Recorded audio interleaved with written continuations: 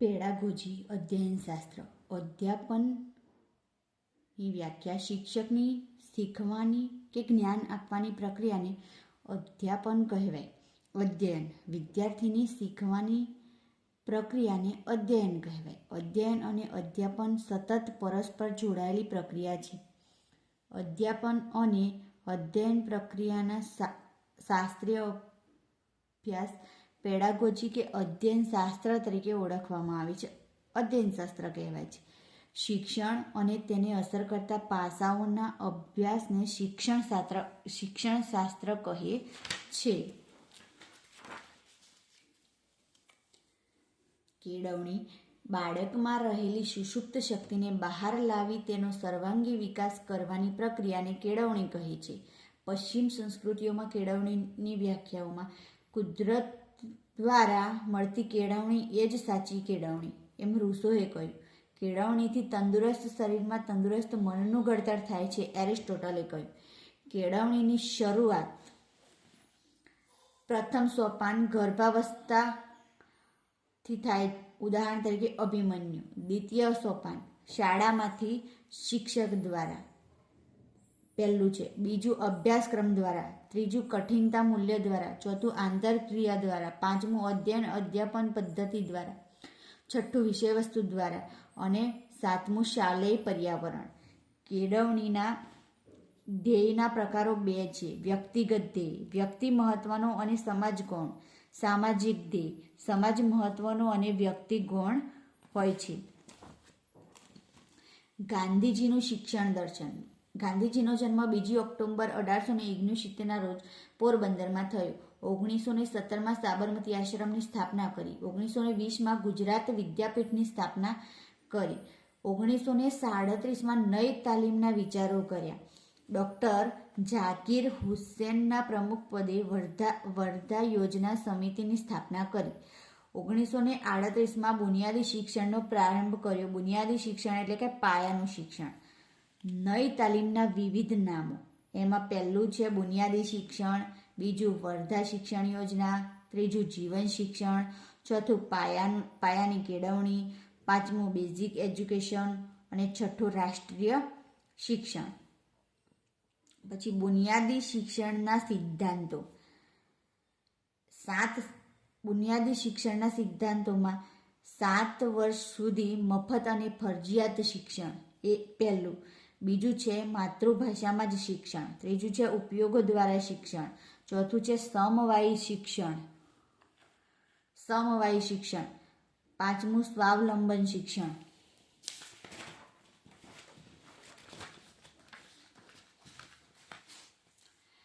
બુનિયાદી શિક્ષણનો તાત્વિક દ્રષ્ટિકોણ. તે માણસને નૈતિક બનાવે છે, પ્રામાણિક બનાવે છે, ચારિત્ર ઘડતર થાય છે, આત્મનિર્ભર બને છે. બુનિયાદી શિક્ષણનો સામાજિક દ્રષ્ટિકોણ. વિદ્યાર્થીમાં સમાજ ભાવના વિકસે છે. તે શ્રમનું મહત્વ સમજે છે, બેકારીથી બહાર આવી શકે છે. બુનિયાદી શિક્ષણનો મનોવૈજ્ઞાનિક દ્રષ્ટિકોણ. અહીં વિદ્યાર્થી સમગ્ર પ્રક્રિયામાં કેન્દ્રમાં રહે છે. તેને શિક્ષણ માત્ર ભણાવીને વિવિધ પ્રવૃત્તિઓ દ્વારા આપવામાં આવે છે. વિદ્યાર્થીઓનું ધ્યેય વ્યવસાય બને છે અને તે મૂર્તથી અમૃત તરફ જાય છે. બધું જ જ્ઞાન પોતાની રીતે પ્રાપ્ત કરે છે. બુનિયાદી શિક્ષણ એટલે પાયાનું શિક્ષણ, બેઝિક એજ્યુકેશન. જ્યુન ડ્યોય જેવા શિક્ષણશાસ્ત્રીએ બુનિયાદી શિક્ષણને કેળવણીનો આત્મા કહ્યો છે.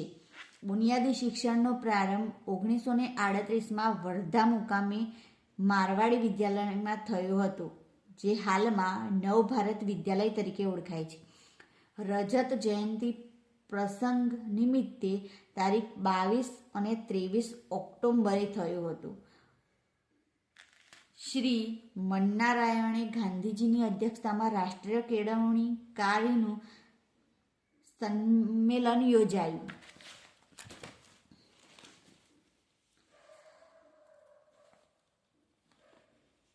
અને એ સંમેલનમાં આ રાષ્ટ્રીય કેળવણીના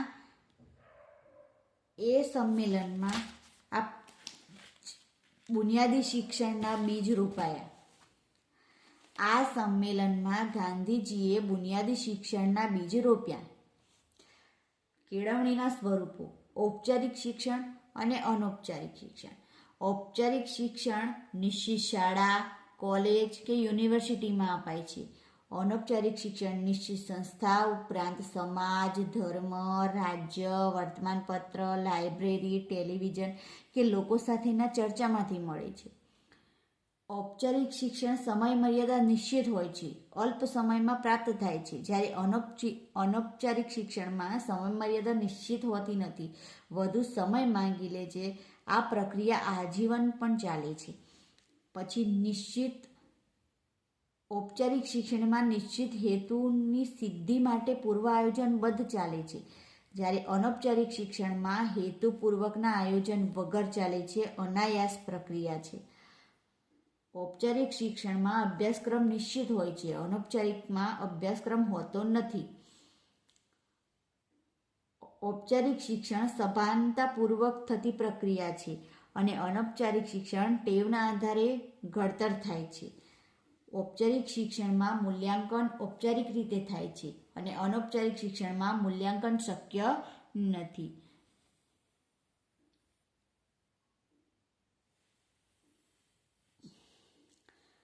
ઔપચારિક શિક્ષણમાં સાધનો અને માધ્યમો નિશ્ચિત હોય છે, અનૌપચારિક શિક્ષણમાં સાધનો અને માધ્યમ નિશ્ચિત હોતા નથી. ઔપચારિક શિક્ષણમાં સંચાલન સરકાર કે ખાનગી સંસ્થા દ્વારા થાય છે, જ્યારે અનૌપચારિક શિક્ષણમાં સંચાલન આયોજિત સંસ્થા તેમજ સમાજ દ્વારા અનાયાસે થતી પ્રક્રિયાઓમાંથી થાય છે. આથી સંચાલનની જરૂર રહેતી નથી.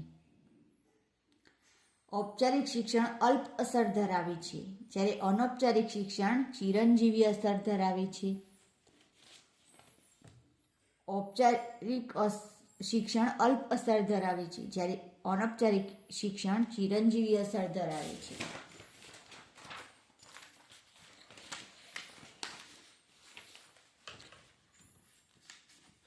અવૈધિક કેળવણી: વ્યક્તિ પોતાની ઈચ્છા મુજબ ગમે તે સમયે, ગમે તે સ્થળે, ગમે તેટલી વાર શીખે છે.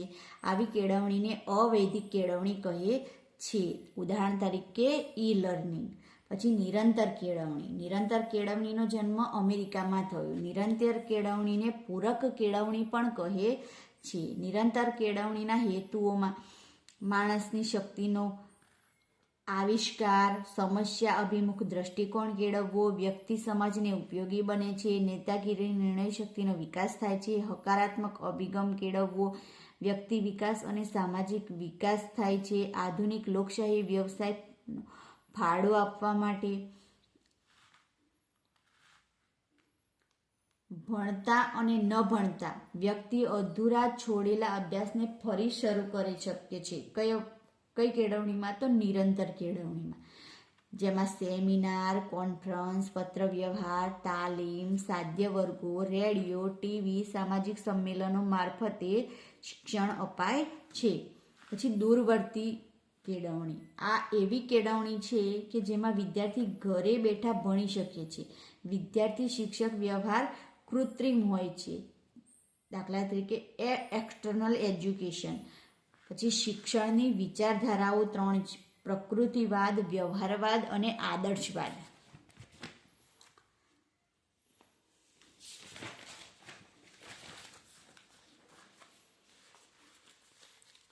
પ્રકૃતિવાદ. વાદ એને કહેવાય જેની 100% સાબિતી ન હોય, અનુભવોના આધારે કે નિરીક્ષણના આધારે થતો હોય. પ્રકૃતિવાદના અન્ય નામ ભૌતિકવાદ, પદાર્થવાદ કે નિસર્ગવાદ છે. પ્રકૃતિવાદ એ પ્રકૃતિને, ભૌતિક જગતને, વિજ્ઞાનને અને પદાર્થને જ વાસ્તવિક માને છે. પ્રકૃતિવાદ એ પ્રકૃતિને જ પૂર્ણ માને. તેના મતે પ્રકૃતિ જ સર્વસ્વ છે. પ્રકૃતિવાદમાં બાળક પ્રવૃત્તિઓ દ્વારા શીખે છે, પ્રકૃતિના સાનિધ્યમાં શીખે છે. સ્વયંસ્ફુરણાથી થતા બાળકના વિકાસને પ્રાધાન્ય આપવામાં આવે છે. પ્રકૃતિવાદ એ પુસ્તકીય જ્ઞાનનો વિરોધ કરે છે.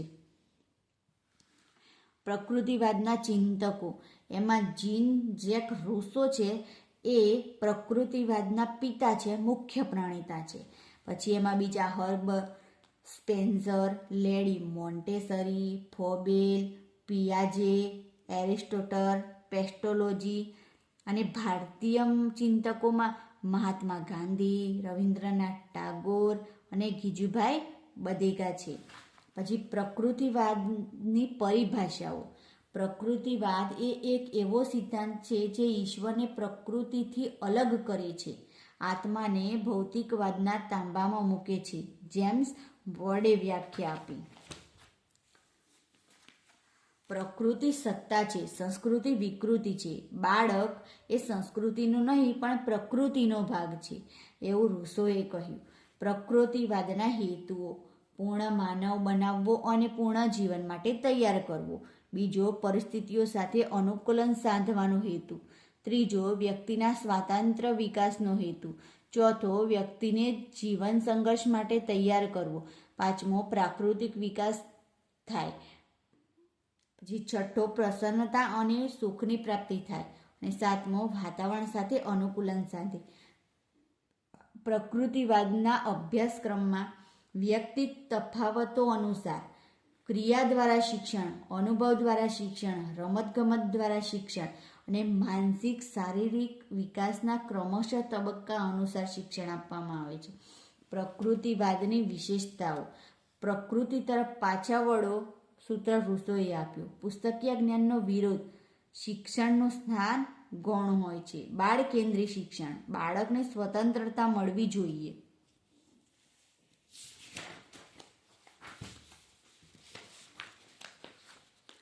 વ્યવહારવાદ: 19મી સદીના ઉત્તરાર્ધની અમેરિકામાં મરિયમ ચાર્લ્સ દ્વારા વ્યવહારવાદ આપવામાં આવ્યો. એટલે કે મરિયમ ચાર્લ્સ છે એ વ્યવહારવાદના જનક છે. વ્યવહારવાદ એટલે કે પ્રેક્ટિકલી. વ્યવહારવાદના અન્ય નામમાં પહેલું છે પ્રયોજનવાદ, બીજું છે પ્રયોગવાદ, ત્રીજું ઉપકરણવાદ, ચોથું નિર્મિતવાદ અને પાંચમું ઉપયોગિતાવાદ. આ ઉદ્દીપકથી પ્રતિચાર તરફ કાર્ય કરે છે. વ્યવહારવાદ ઉદ્દીપકથી પ્રતિચાર તરફ કાર્ય કરે છે. વ્યવહારવાદના સમર્થકોમાં William James, Gandhiji, Watson, John Dewey, Brightman, Thorndike, Josiah Royce, Charles Peirce. વ્યવહારવાદીઓના મતે વ્યવહારવાદ એ મનનો સ્વભાવ અને વલણ છે. વ્યવહારવાદ વિચારોની પ્રકૃતિ અને વાસ્તવિકતાના સિદ્ધાંત છે, એવું વિલિયમ જેમ્સે કહ્યું. વ્યવહારવાદ એ સત્યનો માપદંડ છે. બ્રાઇટમેન: વ્યવહારવાદમાં વાસ્તવિકતાનો સ્વીકાર થાય છે, પ્રયોગશીલતાને સમર્થન મળે છે. વર્તનમાં વિશ્વાસ: અહીં અનુભવ કેન્દ્ર સ્થાને છે. લોકશાહી દ્રષ્ટિકોણ અને વ્યક્તિ વ્યવહારવાદમાં વાસ્તવિકતાનો સ્વીકાર થાય છે, પ્રયોગશીલતાને સમર્થન, વર્તમાનમાં વિશ્વાસ, અહીં અનુભવ કેન્દ્ર સ્થાને અને લોકશાહી દ્રષ્ટિકોણ, વ્યક્તિ વિકાસ.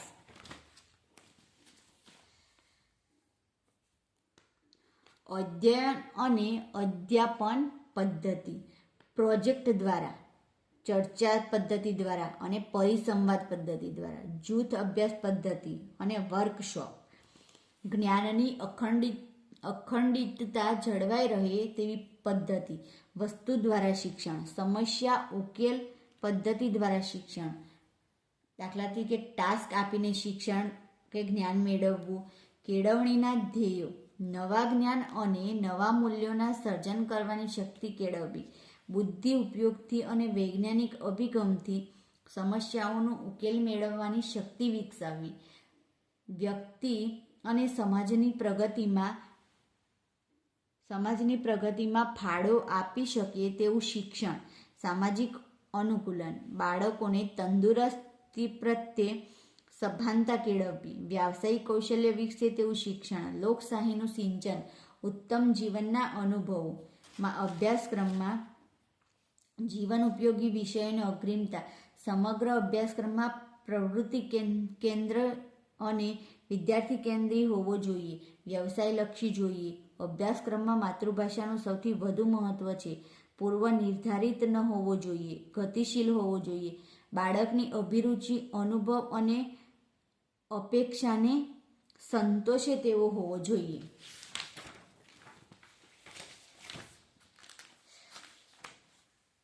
તેની ઉપયોગિતા અને સિદ્ધાંત એટલે વ્યવહારવાદની ઉપયોગિતા અને સિદ્ધાંત. પ્રવૃત્તિમય જીવનનું મહત્વ, વ્યક્તિત્વ વિકાસ, બાળકોની રુચિનો સિદ્ધાંત, માનવતાવાદમાં શ્રદ્ધા, બાળકોના અનુભવોનો સિદ્ધાંત, લોકશાહી દ્રષ્ટિકોણ, એકીકરણનો સિદ્ધાંત, પરિવર્તનના પૂજક. પછી ત્રીજો વાદ છે આદર્શવાદ. આધ્યાત્મિક રીતે જોડાયેલો છે, તેથી આધ્યાત્મિકતાવાદી વિચારધારા પણ કહે છે. આદર્શવાદના અન્ય નામમાં વિચારવાદ છે અને આદર્શવાદના પિતા પ્લેટો છે. આદર્શવાદના પ્રણેતાઓમાં પ્લેટો, જે આદર્શવાદના પિતા છે, સોક્રેટિસ, એરિસ્ટોટલ, પેસ્ટોલોજી, રૂસો, હર્બર્ટ અને ફ્રાબેલ છે. ભારતીય પ્રણેતાઓમાં ગાંધીજી, શંકરાચાર્ય, વિનોબા ભાવે, અરવિંદ ઘોષ, વિવેકાનંદ વગેરે છે. મનની પ્રકૃતિ, મનનો સ્વભાવ એટલે આદર્શવાદ. આદર્શવાદના મતે બધી જ વસ્તુનું કારણ મન છે એટલે વિચાર છે. આદર્શવાદીઓના મતે વ્યાખ્યા, વિશ્વના સ્થાયી તત્વોની પ્રકૃતિ માનસિક છે અને ભૌતિકતાની બુદ્ધિ દ્વારા વ્યાખ્યા કરી શકાય છે. હર્મન એસ હોર્ન એ વ્યાખ્યા આપી. બ્રહ્માંડને પણ પોતાની બુદ્ધિ અને ઈચ્છા છે. બધી જ ભૌતિક વસ્તુઓને મન દ્વારા સ્પષ્ટ કરી શકાય છે. રોન્જાને વ્યાખ્યા આપી. આદર્શવાદ એ મનુષ્યના આધ્યાત્મિક પક્ષ પર ભાર મૂકે છે. વસ્તુ કરતાં વિચારને વધુ પ્રાધાન્ય, નિર્જીવ કરતાં સજીવને વધુ મહત્વ આપે છે. વિવિધતામાં એકતા, ગુરુનું સ્થાન સર્વોચ્ચ હોય છે. વ્યક્તિ વિકાસ પર ભાર મૂકવામાં આવે છે. તેના મત મુજબ મનુષ્યને ઈશ્વરનું સર્વશ્રેષ્ઠ ઉત્કૃષ્ટ સર્જન માનવામાં આવે છે. આદર્શવાદ એ આધ્યાત્મિક જીવનની હિમાયત કરે છે. અનુશાસન હોય છે. આદર્શવાદ કેળવણીના ધ્યેયો, વિદ્યાર્થીઓના મન અને સ્વનો વિકાસ કરવો, બાળકોમાં સર્જન શક્તિ, ચિંતન શક્તિ અને તર્ક શક્તિ ખીલવવા, સંસ્કૃતિ અને વારસા પ્રત્યે આત્મીયતા કેળવવી, વિદ્યાર્થીઓમાં ઉચ્ચ આદર્શ મૂલ્યો, સદ્ગુણોનું સિંચન દ્વારા ચારિત્ર ઘડતર કરવું, આત્મ સાક્ષાત્કારમાં સહાયભૂત બનવું, પવિત્ર અને શુદ્ધ જીવન જીવવા વિદ્યાર્થીઓને તૈયાર કરવા. અધ્યયન અને અધ્યાપન પદ્ધતિ. અંતઃનિરીક્ષણ અને ચિંતન એ જ્ઞાન પ્રાપ્તિની શ્રેષ્ઠ રીત છે. કથન પદ્ધતિ અને સ્વાધ્યાય પદ્ધતિ એ ઉચ્ચ કક્ષાની પદ્ધતિ છે. સોક્રેટિસે સંવાદ પદ્ધતિ આપી, પ્લેટોએ પ્રશ્નોત્તરી પદ્ધતિ આપી, એરિસ્ટોટલે આગમન પદ્ધતિ આપી, પેસ્ટોલોજીએ ઇન્દ્રિય દ્વારા નિરીક્ષણ કરવાની પદ્ધતિ આપી અને હર્બન સ્પેન્સરે નિદર્શન પદ્ધતિ આપી. અભ્યાસ પદ્ધતિઓમાં શારીરિકમાં એક છે શારીરિક શિક્ષણ અને વ્યાયામ, જ્યારે આધ્યાત્મિકમાં માનસિક, ભાષા, સાહિત્ય, ગણિત, સૌંદર્યાત્મકમાં લલિત કલા, ચિત્રકલા, સંગીત કલા, ધાર્મિકમાં દર્શનશાસ્ત્ર, નીતિશાસ્ત્ર. પછી વિકાસના લક્ષણો છે. વિકાસ એ સતત ચાલતી પ્રક્રિયા છે. વિકાસ એ વ્યક્તિના વર્તન સાથે જોડાયેલી પ્રક્રિયા છે. વિકાસ એ વ્યક્તિના ગુણાત્મક ફેરફાર સૂચવે છે. વિકાસ એ ચોક્કસ અને ક્રમબદ્ધ હોય છે. વિકાસ પર તાલીમ અને શિક્ષણની અસર પડે છે. વિકાસ જોઈને સીધો માપી શકાય નહીં. વિકાસનું પ્રત્યક્ષ માપન કરવું શક્ય નથી અને પરોક્ષ માપન થઈ શકે છે. વૃદ્ધિ અને વિકાસનો તફાવત. વૃદ્ધિ એ શારીરિક અંગો કે અવયવોમાં આવતું પરિવર્તન છે, જ્યારે વિકાસ શરીરમાં રાસાયણિક ફેરફારથી વિવિધ ગુણોમાં આવતું પરિવર્તન છે. વૃદ્ધિ એ અમુક ઉંમરે પરિપક્વ થતાં વૃદ્ધિ અટકે છે, જ્યારે વિકાસ એ આજીવન ચાલતી પ્રક્રિયા છે. વૃદ્ધિનું પરિણામ નરી આંખે જોઈ શકાય છે, જ્યારે વિકાસનું પરિણામ જોઈ શકાતું નથી. કદનું માપ એટલે વૃદ્ધિ અને ક્રિયાનું માપ એટલે વિકાસ. માપન ભૌતિક સાધનોની મદદથી થઈ શકે છે. માપન મનોવૈજ્ઞાનિક પ્રકારના ખાસ ઉપકરણોથી થાય છે. વંશ અને વારસા પર આધારિત હોય છે. વારસો અને વાતાવરણ બંને પર આધારિત હોય છે. વિકાસ એ પૂર્ણતા, પરિપક્વતા તરફ ગતિ છે.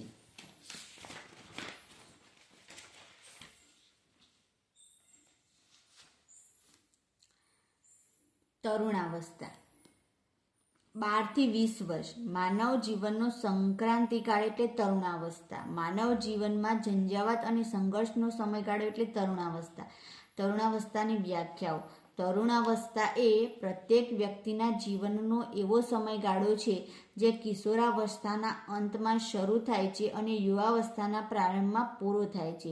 જોન્સન સિમ્પસને વ્યાખ્યા આપી. તરુણાવસ્થા એ જીવનની વસંત છે, જેમાં વ્યક્તિ નથી હોતી બાળક કે નથી હોતી યુવાન. ડૉક્ટર પાંડેએ વ્યાખ્યા આપી. તરુણાવસ્થા એ જીવનનો એવો સમયગાળો છે જેમાં વ્યક્તિ પોતાની જાતને સાચી રીતે ઓળખતા શીખે છે અને પોતાના પર શું થઈ રહ્યું છે તેનું સચોટ ભાન થાય છે. ફ્રીડનબર્ગે વ્યાખ્યા આપી. તરુણ એટલે તારક, તારે તે તરુણ. વિનોબા ભાવેએ વ્યાખ્યા આપી. તરુણાવસ્થાને અવસ્થાના આધારે મુખ્ય 4 ભાગમાં વહેંચવામાં આવે છે. અવસ્થા પૂર્વ તરુણાવસ્થા, એમાં છોકરો હોય તો 13 થી 14 વર્ષ અને છોકરી હોય તો 11 થી 12 વર્ષ. પછી પ્રારંભિક તરુણાવસ્થા 15 થી 16 વર્ષ અને છોકરીમાં 13 થી 14 વર્ષ. મધ્ય તરુણાવસ્થા છોકરામાં 17 થી 18 વર્ષ અને છોકરીમાં 15 થી 17 વર્ષ. ઉત્તર તરુણાવસ્થા છોકરામાં 19 થી 21 વર્ષ અને છોકરીમાં 18 થી 21 વર્ષ. સાયક્લોપેડિયા ઓફ સાયકોલોજીના આધારે છોકરાઓ માટે તરુણાવસ્થા 15 થી 21 વર્ષ હોય છે અને છોકરીઓ માટે તરુણાવસ્થા 13 થી 21 વર્ષ હોય છે. તરુણાવસ્થાના લક્ષણો. અસ્થિરતાનો સમયગાળો. તરુણાવસ્થા એ પ્રશ્ન વાંચ્યાનો સમયગાળો. તરુણાવસ્થાની કટોકટીનો સમયગાળો કહેવાય. પ્રચંડ પરિવર્તનનો સમયગાળો કહેવાય. તરુણાવસ્થાની સમસ્યા અથવા તો તરુણોની સમસ્યા. તરુણોને ભવિષ્યનું અસ્પષ્ટ દર્શન થાય છે. 2 પેઢી વચ્ચેનું અંતર. સામાજિક બંધનમાંથી મુક્ત થવાની ઈચ્છા હોય છે. જાતીય સમસ્યાઓ હોય છે. દાદાગીરી કરવી, વ્યસન કરવું, જુઠ્ઠું બોલવું.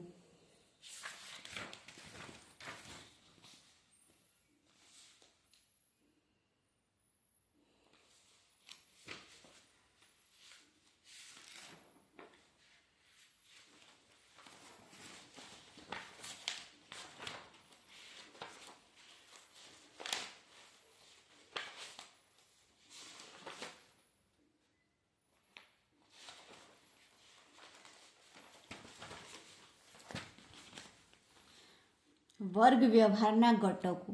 મિશિગન સ્ટેટ યુનિવર્સિટીના પ્રોફેસર નેડ ફ્લેન્ડર્સે વર્ગ વ્યવહારના 10 ઘટકો સૂચવ્યા છે જે મોસ્ટ આઈએમપી છે. એક છે લાગણીનો સ્વીકાર, જેમાં શિક્ષક વિદ્યાર્થીની લાગણીનો સ્વીકાર કરે છે. બીજો છે વખાણ કે પ્રોત્સાહન. વિદ્યાર્થી જ્યારે વર્ગમાં કોઈ જવાબ આપે અથવા તેના પ્રતિભાવ રજૂ કરે ત્યારે તેને વર્ગમાં બિરદાવવો અને તેની પ્રશંસા કરવી.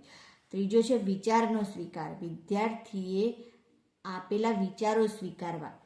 ચોથો છે પ્રશ્નોત્તરી. વિદ્યાર્થીઓને વધુ સક્રિય બનાવવા અને શિક્ષણ પ્રક્રિયામાં એમને ભાગીદાર બનાવવા પ્રશ્નોત્તરી કરવી. પાંચમો છે કથન કે વ્યાખ્યાન. જરૂર જણાય ત્યારે વિશેષ માહિતી કે વધુ સમજૂતી માટે શિક્ષક કથન કે વ્યાખ્યાન કરાવે છે. છઠ્ઠો છે પ્રવૃત્તિ લેખન કે અભ્યાસ માટે શરૂઆતમાં તેમને સંબંધિત કેટલીક જરૂરી સૂચનાઓ શિક્ષકે આપવી જોઈએ.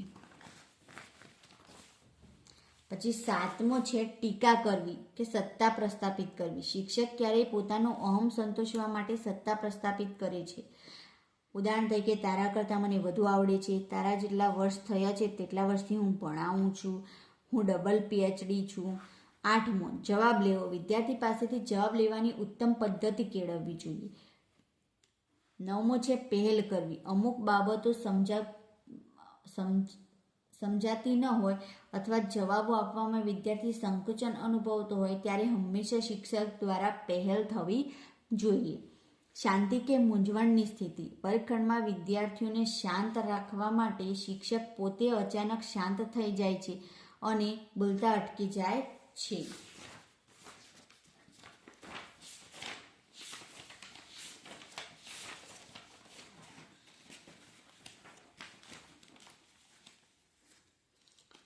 પ્રેરણા. સંકલ્પના. પ્રેરણા નહીં તો વર્તન નહીં. ગેરેટે વ્યાખ્યા આપી. અંગ્રેજીમાં મોટિવેશન ઉત્પત્તિ લેટિન શબ્દ મોટમ પરથી. મોટમનો અર્થ ટુ મૂવ, ખસવું એવો થાય. પ્રેરણાની વ્યાખ્યા. પ્રેરણા એ વ્યક્તિની આંતરિક બાબત છે જે વ્યક્તિને અમુક વર્તન કરવા પ્રેરે છે. સોરેનસન અને મામ.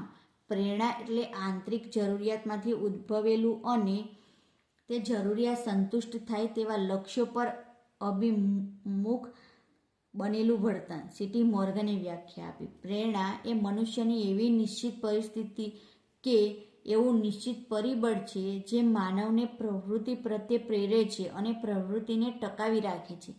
જેપી ગિલ્બર્ટે વ્યાખ્યા આપી. પ્રેરણા એક કાર્યોનો આરંભ કરવાની, જાળવી રાખવાની અને નિયમિત કરવાની પ્રક્રિયા છે. ગુડે વ્યાખ્યા આપી. પ્રેરણા એ પ્રાણીઓની એવી શારીરિક અને માનસિક સ્થિતિ છે કે જે તેને કોઈ એક કાર્ય ચોક્કસ રીતે કરવા તરફ પ્રેરે છે. મેકડુગલે વ્યાખ્યા આપી. પ્રેરણાના પ્રકારો. કુદરતી પ્રેરણા, આંતરિક પ્રેરણા અને કૃત્રિમ પ્રેરણા જે બાહ્ય પ્રેરણા. કુદરતી પ્રેરણા. વ્યક્તિ અમુક બાબતોમાં રસ ધરાવતી હોય, પ્રવૃત્તિ બદલ સંતોષની લાગણી અનુભવતી હોય, બદલામાં કંઈ મેળવવાની લાલચ નથી હોતી. આવી પ્રેરણા કાયમ ટકી રહે છે. કૃત્રિમ પ્રેરણા. કાર્ય બદલ ચોક્કસ વળતર, બદલો, ઇનામ કે લાભ થવાની અપેક્ષા હોય છે. બદલો, ઇનામ, પ્રશંસા વગેરે બાહ્ય પ્રેરકો છે. આવી પ્રેરણાઓ કાયમી રહેતી નથી. અબ્રાહમ મેસ્લોનો માનવ પ્રેરણાનો સિદ્ધાંત, જે મોસ્ટ આઈએમપી છે કે માનવ પ્રેરણાનો સિદ્ધાંત કોણે આપ્યો તો અબ્રાહમ મેસ્લોએ. પ્રેરણાનું ઉદ્ગમ સ્થાન જરૂરિયાત છે. 5 પ્રકારની જરૂરિયાત હોય છે: આત્મસાર્થકતાની જરૂરિયાત, પ્રતિષ્ઠાની જરૂરિયાત, પ્રેમની જરૂરિયાત, સલામતીની જરૂરિયાત અને શારીરિક જરૂરિયાત. જેમાં પહેલું છે શારીરિક જરૂરિયાત. પાયાની જરૂરિયાત. શારીરિક જરૂરિયાત એ પાયાની જરૂરિયાત છે. ભૂખ, તરસ, ઊંઘ, આરામ અને જાતીયતા. ભૂખની પ્રેરણા તીવ્ર હોય છે. તરસ અને ઊંઘની પ્રેરણા પણ એટલી જ તીવ્ર હોય છે. જાતીય પ્રેરણાનું પણ વિશિષ્ટ સ્થાન હોય છે. બીજું છે સલામતીની જરૂરિયાત. માણસ ભય મુક્ત જીવન જીવવા ઈચ્છે છે. વિવિધ પ્રકારના ભય અનુભવે છે. સાથે સાથે આર્થિક સલામતી પણ ઈચ્છે છે. પછી ત્રીજું છે પ્રેમની જરૂરિયાત. માણસ હંમેશ માટે પ્રેમ, સહારો અને હૂંફને ઝંખે છે. આત્મીયતા અને લાગણીને ઝંખે છે. આ જરૂરિયાત ન સંતોષાય ત્યારે ગુનાહિત પ્રવૃત્તિઓ કરે છે. પછી ચોથું છે પ્રતિષ્ઠાની જરૂરિયાત. સમાજમાં પોતાનું આગવું સ્થાન ઈચ્છે છે. સમાજ અને આદરભાવ મેળવવા ઈચ્છે છે. સ્વ અંગેનો ઊંચો અભિપ્રાય, મોભો કે દરજ્જો ઈચ્છે છે. પછી 5મો છે છેલ્લો, આત્મસાર્થકતાની જરૂરિયાત. અમુક ચોક્કસ વસ્તુ સ્થાન માટે પોતે જ વધુ યોગ્ય હોય એવો ભાવ હોય છે અને તે સ્વપ્રતીતિ છે. મેકલેન્ડનો સિદ્ધિ પ્રેરણાનો સિદ્ધાંત. મેકલેન્ડ હાર્વર્ડ યુનિવર્સિટીમાં અધ્યાપક હતા. સામાજિક પ્રતિષ્ઠા માટે નહીં પણ પોતે કંઈક કર્યાનો આંતરિક સંતોષ પામવા માટે કોઈપણ કામ પાર પાડવાની અભિલાષા એટલે સિદ્ધિ પ્રેરણા.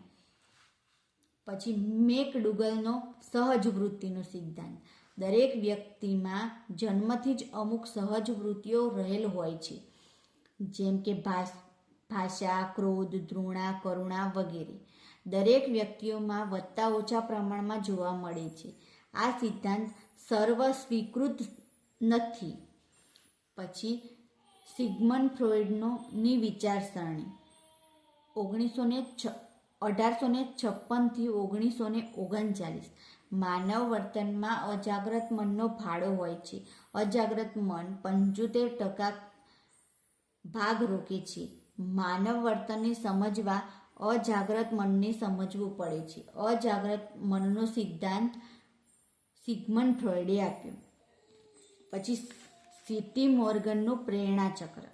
મોસ્ટ આઈએમપી છે કે પ્રેરણા ચક્ર કોણે આપ્યું? તો સીટી મોર્ગને. સીટી મોર્ગન પ્રેરણાને સક્રિય ગણે છે. વ્યક્તિને મળતો સંતોષ ક્યારેય અંતિમ હોતો નથી. નવી જરૂરિયાતો વારંવાર જન્મ લેતી રહે છે. એમાં પહેલું છે જરૂરિયાત, ઉત્તેજના, લક્ષ્ય પ્રાપ્તિ, ઉત્તેજનમાં ઘટાડો.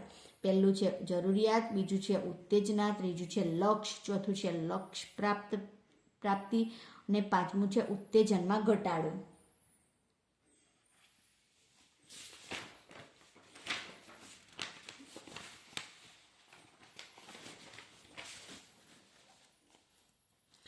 પ્રેરણાનું સ્વરૂપ. વ્યક્તિ કે પ્રાણીમાં રહેલ આંતરિક તત્વ પ્રેરણાનો સીધો અનુભવ થઈ શકતો નથી. વ્યક્તિના વર્તન પરથી જાણી શકાય છે. પ્રેરણા એ વર્તનનું ચાલક બળ છે. પ્રેરણા એ અદ્રશ્ય શક્તિ છે. કોઈપણ વર્તન માટે હંમેશા પ્રેરણા જવાબદાર હોય છે. પ્રેરણા લક્ષ્ય પ્રાપ્તિ બાદ સમાપ્ત થઈ જાય છે. પછી એક ટોપિક આઈએમપી ક્રિયાત્મક સંશોધન. ક્રિયાત્મક સંશોધન એટલે શાળા કે વર્ગખંડમાં કોઈ પ્રશ્નના ઉકેલ માટે હાથ ધરાતું વૈજ્ઞાનિક સંશોધન. ક્રિયાત્મક સંશોધન એટલે શાળા કે વર્ગખંડમાં કોઈ પ્રશ્નના ઉકેલ માટે હાથ ધરાતું વૈજ્ઞાનિક સંશોધન. એક શિક્ષક, સંચાલક કે સંશોધનકર્તા પોતાને નડતા પ્રશ્નોનો વૈજ્ઞાનિક ઢબે ઉકેલ લાવવા પ્રયત્ન કરે એટલે ક્રિયાત્મક સંશોધન થયું એમ કહેવાય. આમ ક્રિયાત્મક સંશોધન એટલે શિક્ષણ સુધાર માટેના પ્રયોગ. ક્રિયાત્મક સંશોધન શાળાના સ્થાનિક પ્રશ્નોના તાત્કાલિક ઉકેલ માટે એક યા વધુ શિક્ષકો કે સંચાલકોએ ઉપાડેલું સંશોધન છે. ક્રિયાત્મક સંશોધનની શરૂઆત 1946માં જર્મન મનોવૈજ્ઞાનિક કર્ટ લેવિને કરી હતી. પણ કેળવણીમાં આવા સંશોધનોનો વિચાર ડૉક્ટર સ્ટીફન કોરે આપ્યો. આમ શિક્ષણમાં સ્ટીફન કોરે ક્રિયાત્મક સંશોધન કાર્યાન્વિત કર્યું. પોતાની સમસ્યાઓને વૈજ્ઞાનિક ઢબે ચકાસી અભ્યાસ કરી પોતાને માર્ગદર્શન મળે, પોતાની કાર્યપદ્ધતિમાં સુધારણા કરી શકાય એવા નિર્ણયને કે કાર્યને ક્રિયાત્મક સંશોધન કહે છે. જેન ફેસ્નેથે વ્યાખ્યા આપી. ક્રિયાત્મક સંશોધન એ કેળવણી ક્ષેત્રની નાની સિંચાઈ યોજના છે. ગુણવંત શાહે કહ્યું, સામાન્ય શિક્ષક કે સંચાલક પોતાને નડતી સમસ્યાઓને વૈજ્ઞાનિક ઢબે ઉકેલવા પ્રયાસ કરે, પૂર્વગ્રહ કે પક્ષપાત વિના વૈજ્ઞાનિક પરલક્ષી દ્રષ્ટિથી સંશોધન હાથ ધરે અને પોતાના સંચાલન કે વર્ગ વ્યવહાર સુધારણામાં તેના નિષ્કર્મો કામે લગાડે તેને ક્રિયાત્મક સંશોધન કહેવાય. ડૉક્ટર મોતીભાઈ પટેલ. આમ ક્રિયાત્મક સંશોધન શિક્ષકો માટેનું વર્ગ કાર્યની શાળા કાર્યની મુશ્કેલી દરમિયાન ઉદ્ભવતું નાનકડું છતાં વૈજ્ઞાનિક સંશોધન છે. ક્રિયાત્મક સંશોધન શિક્ષક કે આચાર્યને શાળાના કાર્યક્રમોમાં પરિવર્તન અને સુધારણા કરવાનું શીખવે છે. ક્રિયાત્મક સંશોધન શિક્ષકને વર્ગ અધ્યાપનમાં કે શાળાના પરિસરને લઈને મૂંઝવતા પ્રશ્નો અંગે મનોવૈજ્ઞાનિક રીતે વિચારવાની અને ઉકેલ લાવવાની રીત બતાવે છે. વર્ગખંડ કે શાળાની સમસ્યાઓનો વૈજ્ઞાનિક ઢબે અભ્યાસ કરી સંશોધન કરી યોગ્ય ઉકેલ લાવવામાં મદદરૂપ થાય છે. સંશોધનનો સમયગાળો ટૂંકો હોવાથી સમસ્યાઓનો તાત્કાલિક અને યોગ્ય ઉકેલ લાવવામાં ઉપકારક નીવડે છે. શાળા સંસ્થાના જળ પ્રણાલીગત અને યાંત્રિક પર્યાવરણમાં નવજીવન અને પરિવર્તનશીલતા લાવે છે.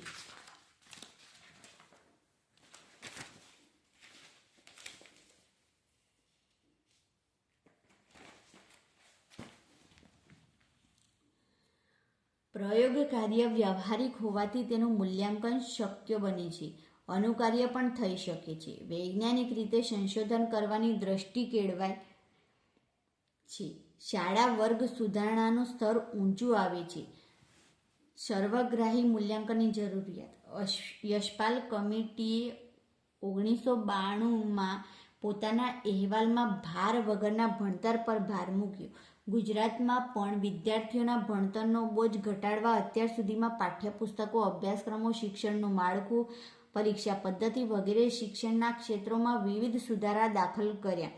સતત અને સર્વાંગી મૂલ્યાંકન પદ્ધતિ પણ આવા સુધારાનો એક ભાગ છે. મૂલ્યાંકનના પ્રકારો સ્વરૂપની દ્રષ્ટિએ એક ઔપચારિક મૂલ્યાંકન અને બીજું અનૌપચારિક મૂલ્યાંકન.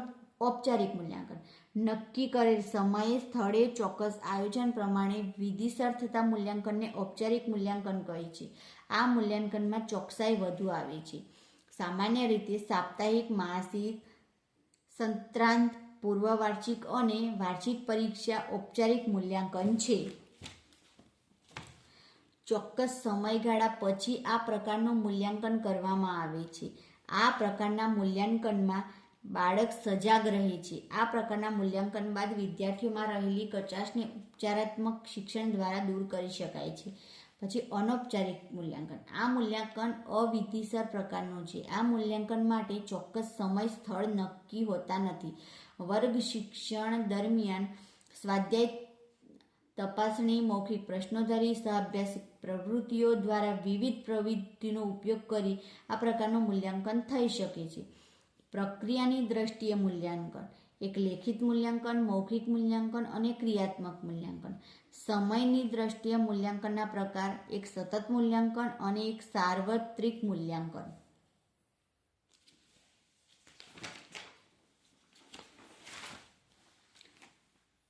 વ્યવસ્થાની દ્રષ્ટિએ મૂલ્યાંકનના પ્રકાર તો એક શૈક્ષણિક મૂલ્યાંકન, શિક્ષણ સંલગ્ન પ્રવૃત્તિઓનું મૂલ્યાંકન, ભૌતિક સુવિધાઓની જાળવણી અને તેના ઉપયોગનું મૂલ્યાંકન.